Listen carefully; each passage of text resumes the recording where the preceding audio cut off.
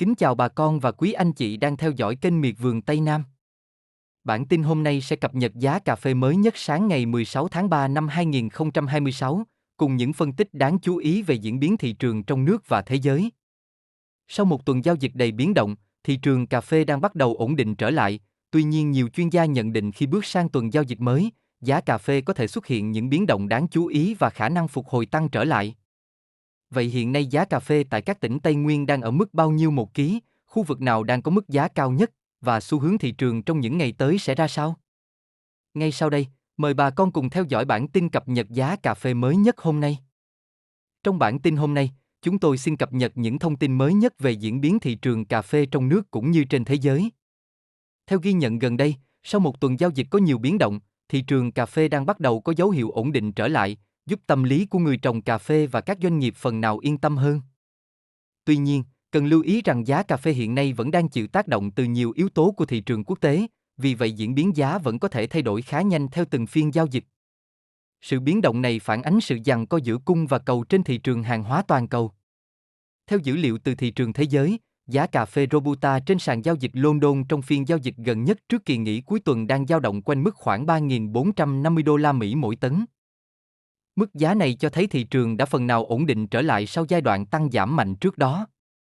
Dưới góc nhìn của các chuyên gia nông nghiệp và thị trường hàng hóa, khi bước sang tuần giao dịch mới, giá cà phê có khả năng tiếp tục xuất hiện những chuyển động đáng chú ý.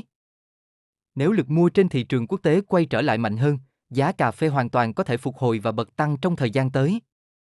Đối với thị trường trong nước, giá cà phê nhân xô tại các vùng trọng điểm trồng cà phê hiện cũng đang duy trì mặt bằng tương đối ổn định. Diễn biến này phần nào phản ánh sự thận trọng của thị trường trong giai đoạn chờ đợi tín hiệu mới từ các sàn giao dịch quốc tế. Nhìn chung, sau một tuần nhiều biến động, thị trường cà phê hiện đang bước vào giai đoạn tạm thời ổn định. Tuy vậy, triển vọng giá cà phê trong thời gian tới vẫn được nhiều chuyên gia đánh giá tích cực, đặc biệt nếu nhu cầu tiêu thụ trên thị trường thế giới tiếp tục duy trì ở mức cao. Kính chào bà con và quý anh chị đang theo dõi kênh Miệt vườn Tây Nam. Theo cập nhật mới nhất, thị trường cà phê trong nước và thế giới hiện đang có xu hướng tạm thời ổn định trở lại sau một tuần biến động mạnh. Dù vậy, giá cà phê vẫn có những thay đổi liên tục theo diễn biến của thị trường quốc tế. Trên thị trường thế giới, giá cà phê Robusta trên sàn London trong phiên giao dịch gần nhất cuối tuần đang dao động quanh mức 3.450 đô la Mỹ mỗi tấn. Sau giai đoạn biến động trong tuần qua, thị trường đang bước vào trạng thái ổn định hơn. Một số nhận định cho rằng khi bước sang tuần giao dịch mới, giá cà phê có thể tiếp tục phục hồi và có khả năng tăng trở lại. Tại thị trường trong nước, giá cà phê nhân xô tại các tỉnh Tây Nguyên và khu vực Đông Nam Bộ hiện vẫn duy trì mặt bằng ổn định. Khu vực Lâm Đồng, Lâm Hà, 91.500 đồng trên 1 ký. Bảo Lộc, 91.500 đồng trên 1 ký. Đức Trọng, 91.500 đồng trên 1 ký. Di Linh, 91.300 đồng trên 1 ký. Khu vực Đắk Lắk, Cư Mơ Ga, 92.000 đồng trên 1 ký. Buôn Hồ, 91.800 đồng trên 1 ký. Khơ Rông Năng, 91.800 đồng trên 1 ký. Khơ Rông Búc, 91.800 đồng trên 1 ký.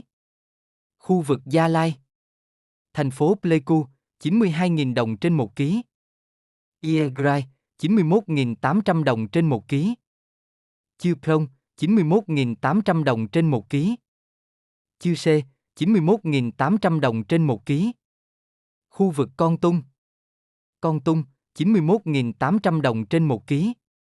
Khu vực Đắk Nông, Gia Nghĩa, 92.000 đồng trên 1 ký. Đắk Miêu, 91.800 đồng trên 1 ký. Đắk Sông, 91.800 đồng trên 1 ký. Khu vực Đông Nam Bộ, Đồng Nai, 92.200 đồng trên 1 ký. Bình Dương, 92.200 đồng trên 1 ký. Bình Phước, 92.200 đồng trên 1 ký. Thành phố Hồ Chí Minh, 92.500 đồng trên 1 ký. Tổng thể thị trường cho thấy giá cà phê sáng ngày 16 tháng 3 năm 2026 đang duy trì trạng thái tương đối ổn định tại nhiều địa phương trên cả nước. Mặt bằng giá cà phê nhân xô hiện phổ biến trong khoảng 91.300 đến 92.500 đồng mỗi ký, phản ánh giai đoạn tạm thời cân bằng của thị trường sau chuỗi phiên biến động mạnh trong tuần trước.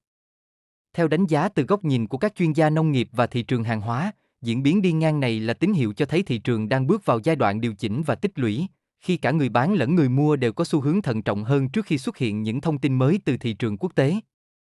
Trong bối cảnh các sàn giao dịch cà phê thế giới chuẩn bị bước sang tuần giao dịch mới, nhiều nhà phân tích cho rằng diễn biến giá trong thời gian tới sẽ phụ thuộc khá lớn vào xu hướng của thị trường Robusta toàn cầu, đặc biệt là các yếu tố liên quan đến nhu cầu tiêu thụ, nguồn cung và dòng vốn đầu tư trên thị trường hàng hóa. Nhìn chung, dù thị trường hiện đang tạm lắng, nhưng triển vọng giá cà phê trong ngắn hạn vẫn được đánh giá khá tích cực, nhất là nếu thị trường quốc tế xuất hiện những tín hiệu phục hồi rõ rệt trong các phiên giao dịch sắp tới. Trên đây là những thông tin cập nhật mới nhất về giá cà phê sáng ngày 16 tháng 3 năm 2026 tại các khu vực trọng điểm trên cả nước. Hy vọng những thông tin vừa rồi sẽ giúp bà con và quý anh chị nắm bắt rõ hơn diễn biến thị trường, từ đó có thêm cơ sở tham khảo để lựa chọn thời điểm mua bán phù hợp. Nếu bà con thấy bản tin hữu ích, đừng quên nhấn thích video, chia sẻ cho bạn bè và đăng ký kênh Miệt Vườn Tây Nam để cập nhật giá cà phê và giá nông sản mới nhất mỗi ngày. Xin kính chúc bà con nhiều sức khỏe, mùa vụ thuận lợi và nông sản luôn được mùa được giá. Xin chào và hẹn gặp lại bà con trong bản tin tiếp theo.